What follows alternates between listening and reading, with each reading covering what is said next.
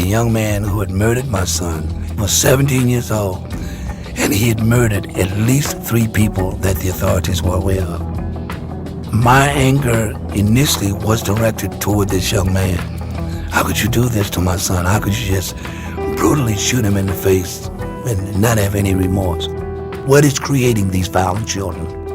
I then had a revelation and said, in order to solve the problems of youth violence and gun violence, it's going to take a community effort. It's going to take all of us working together. That's how I came up with ROOT. And it stands for reaching out to others together. That's what we need to do to get to the root of the problem. We have a campaign called Guns Aside that we're trying to carry across the country, just like Mothers Against Drunk Driving, where they raise the awareness of drinking and driving. Well, we want to do the same thing with gun violence. I'm the chair of the board of community advisors for WAB Radio.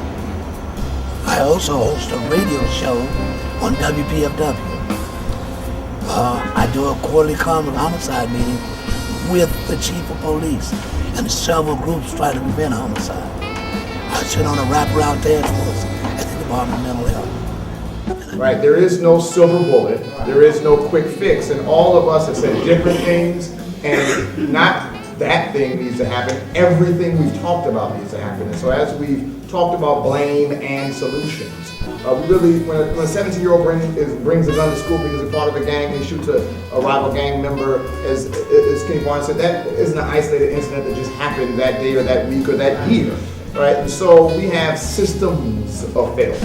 The family system has failed, the community system has failed, that village that was supposed to help raise a child is sick itself. And so, how are you on the air? The radio show is the way that I can reach people, and we talk about proactive ways that we can prevent violence and youth violence. We see all of these people affected by homicide and violence. It's one instance where you can speak truth to power, and I like doing that.